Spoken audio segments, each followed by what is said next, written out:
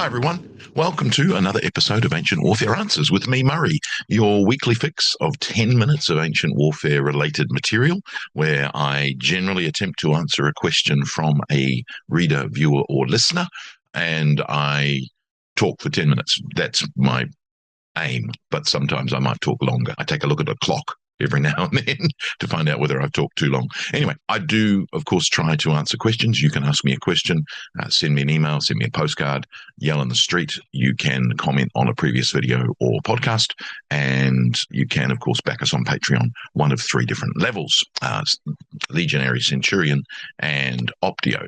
Wrong way around, Murray. Legionary, Optio, Centurion. Okay, today's question is from Richard. Thank you, Richard. And it's a quick question, if I can indulge upon your knowledge, if I may. Of course you may. Did ancient Greeks and Romans, or any of those in the classical or Principate times, fight with their cloaks or chalmuses on? Also, did Greeks or other warriors fight in bare feet? Kind regards, Richard. Thank you, Richard. Yes, indeed. And I don't normally hark back to my own stuff, but, oh gosh, can I remember what issue it was in? Some time ago, pre-COVID, so 2019 or 2020, I wrote an article about the hoplite cloak in the 5th century BC, which was essentially, yes, they did fight with cloaks. And in fact, there's lots of different coins which show hoplites using cloaks, even wrapped around their left arm, whether with a shield or without a shield. And it seems that there are multiple sort of techniques where it's kind of like what you get later in the 16th century sword fighting, where the cloak is actually very useful to wrap your arm in and can absorb a blow or deflect a blow. So it would seem that the cloak is iconographically right up there with other elements of hoplite equipment. So you've got the helmet and shield and spear are the sort of three major elements to a hoplite, but the cloak is another one. And when you look at funerary monuments, similarly, they've got helmets, shields, spears, and sometimes cloaks. Especially naked warriors will have a cloak. Others, of course, they're wearing a tunic of some kind, but a cloak is also included. And so the sort of extension of that is that the cloak is a part of the hoplite's equipment. We've got stories of Shakespeare, stories of Socrates wrapping himself in his cloak and being made fun of for having a thin cloak, perhaps meaning that he wore one well after it would have been replaced by anyone else, which of course comes back to the idea that Socrates is poor, which of course is contradicted by the fact that Socrates is a hoplite, so he needed to qualify for that wealth category in order to be a hoplite. Anyway, that's not about cloaks. So there's lots of information about cloaks and them being worn and being used. Are they a indicator of rank or status or of a particular kind of unit? We don't know. We do, of course, get mention of the red cloaks of the Spartans. And can I remember the name for the red cloak of the Spartans? No, I can't. Oh, but can I look it up? Red cloak, red cloak, red cloak. No, I can't. There you go. I was trying to be all spontaneous and I should have done that earlier. So there is a red cloak specifically for the Spartans.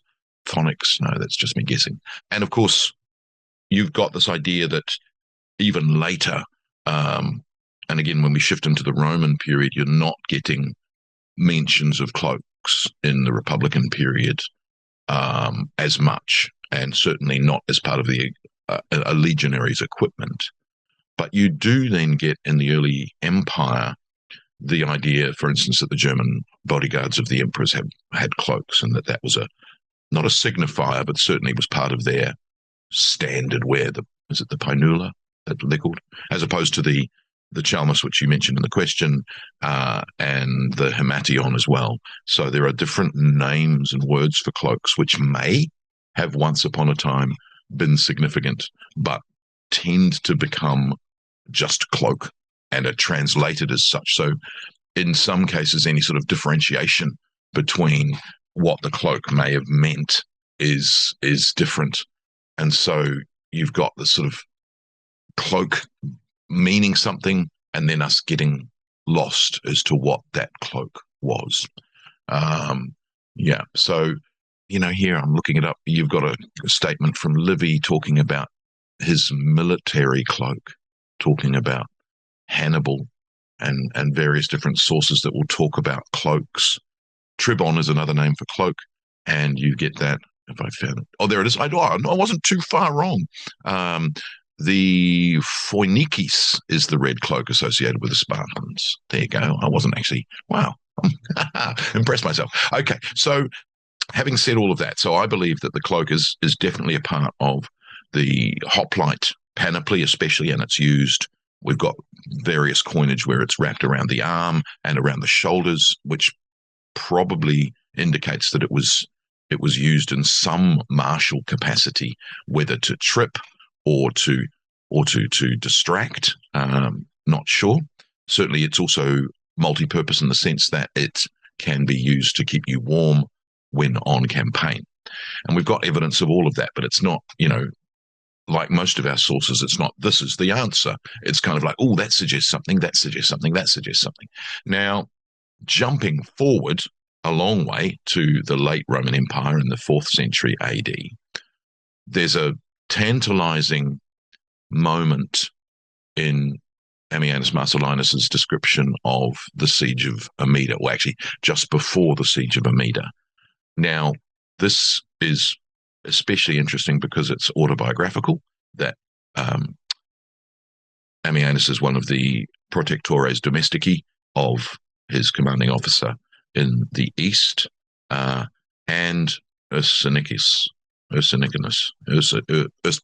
commander in the east. And he talks about how when he's coming back to the troop of the protectores, he raises his cloak over his shoulder and indicates in the standard way that he was coming, which seems to suggest that waving your cloak in a particular way was code for something, and that therefore if you didn't do it, you either didn't give away your identity and therefore you were suspect, or that there were multiple ways you could wave your cloak to give information as you approached, which suggests that it was necessary to have a cloak with you as a cavalryman, for instance, because you could indeed indicate ahead of time what information you needed to. Now, that couldn't presumably that couldn't be very specific information. That would need to be quite general information, but it could be like a scramble signal, mount up, or everything's fine. It could be just as simple as that, which of course ties us into signaling, which is no way I can do that in 10 minutes. But basic signals are achievable quite simply.